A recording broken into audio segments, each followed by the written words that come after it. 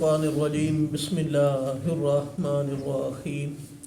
قد کان لکم آیۃ فی فئتین التقطا فئۃ تقاتل فی سبیل اللہ واخری کافرۃ یرونہم مثلیہم رأی العین۔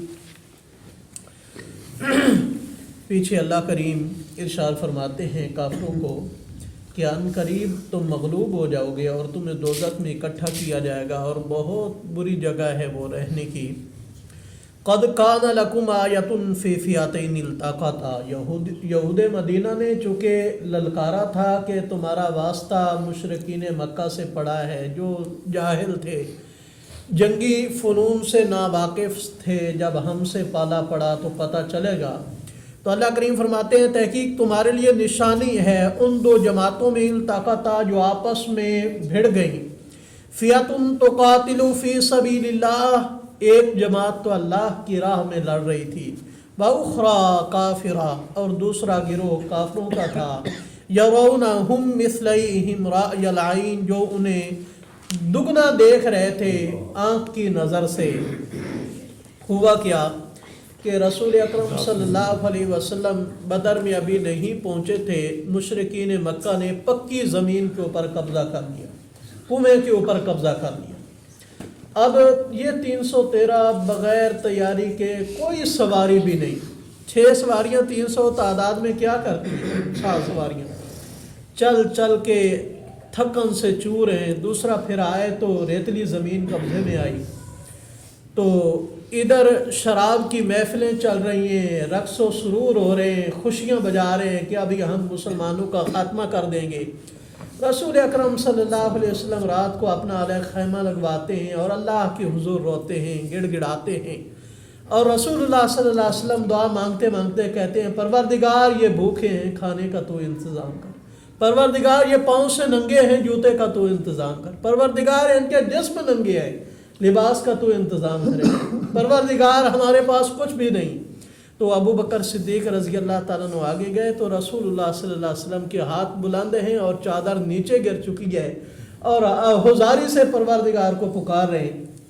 تو ابو بکر صدیق رضی اللہ تعالیٰ تسلی دیتے ہوئے کہتے ہیں الحقت یا رسول اللہ صلی اللہ علیہ وسلم، آپ نے تو مانگنے میں حد ہی کر دی ہے، انشاءاللہ اللہ تعالیٰ ہماری مدد کرے گا۔ تو رسول کریم صلی اللہ علیہ وسلم نے دعا ختم فرمائی اور ابو بکر کو ابشر یا ابا بکر، ابو بکر تجھے خوشخبری ہو، جبریل امین تلوار کے ساتھ گھوڑے کے ساتھ آ گئے۔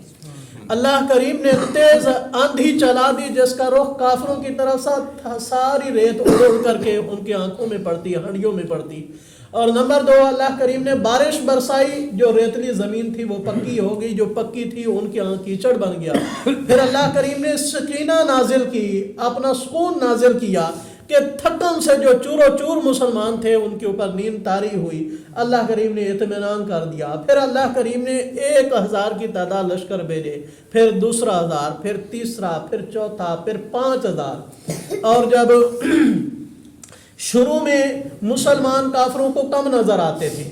اور کافر مسلمانوں کو کم نظر آتے تھے، لیکن حقیقت کیا تھا کہ 3 گنا کافر زیادہ تھے اور مسلمان تھوڑے تھے اور بالکل بے سر و سامان ہے۔ لیکن رسول اللہ صلی اللہ علیہ وسلم نے ان کی صف بندی اس طریقے سے کی، اس طرح پلاننگ کی کہ انہیں یہ دگنے نظر آنے لگے، اور اللہ کریم نے کافروں کو ایسے بکھیرا کہ وہ مسلمانوں کو کم نظر آنے لگے، اور پھر اللہ تعالیٰ کی مدد آئی کہ اور آپس میں جب لڑائی شروع ہوئی تو اللہ کریم نے مسلمانوں کو کیا کر دیا، غالب کر دیا۔ یہ اللہ تعالیٰ اصل میں دکھانا چاہتے تھے کہ یہ چونکہ تانے مارا کرتے تھے رسول اللہ صلی اللہ علیہ وسلم کو، دیکھو تمہارے پاس بندہ ہی کوئی نہیں، بیٹھنے کی جگہ نہیں ہے، تمہارا کوئی پہرا دینے والا نہیں ہے۔ کئی جگہ پر قرآن پاک میں آیا کہتے تھے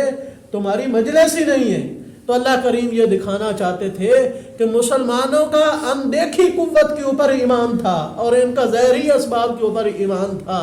تو میں واضح کرنا چاہتا تھا کہ غلبہ اسی کا ہوگا جس کے ساتھ میں اللہ کی مدد ہوگی، اور یہ مدد آج بھی نہیں رکی۔ کافروں نے ہمارا وہ رستہ کاٹ دیا ہے اور ہمیں الگ کر دیا ہے، ہمارا رابطہ اللہ سے کمزور ہو چکا ہے، انہوں نے اب ہمارے عقائد کے اوپر حملہ کر دیا ہے، اور دوسری طرف ہم بھی، ہمارے نوجوان بھی، ہمارے بچے بھی دوسری طرف جا رہے ہیں۔ وہ ہمارا رابطہ مضبوط نہیں رہا، وگرنہ اللہ تعالیٰ کا مدد والا وہ وعدہ اب بھی موجود ہے اگر ہمارا رابطہ مضبوط ہو۔ یہ موٹی سی مثال ہے، بعض دفعہ ہم دیکھ لیتے ہیں میرا آپ کے ساتھ تعلق ہے، آپ ایک دفعہ مجھے کام کہتے ہیں، دوسری دفعہ تیسری دفعہ میں اگنور کر دیتا ہوں، کرتا ہی نہیں ہوں، پھر مجھے مجبوری بنتی ہے تو میں تمہارے پاس جاتا ہوں، کیا تم میرا کام کرو گے؟ اور میں کس منہ سے کہوں گا کہ میرا تمہارے ساتھ تعلق کیسا ہے؟ اب اللہ کے واضح احکامات آ رہے ہیں، حکم آ رہے ہیں، ہم اگنور کر رہے ہیں، ان پر عمل نہیں کر رہے، جب مشکل آتی ہے تو گڑ گڑاتے ہیں۔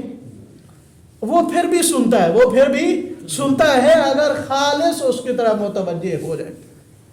تو فرمایا واللہ یؤید بنصرہ من یشاء، اللہ تعالیٰ اپنی مدد کے ذریعے تائید کرتا ہے جس کی چاہتا ہے۔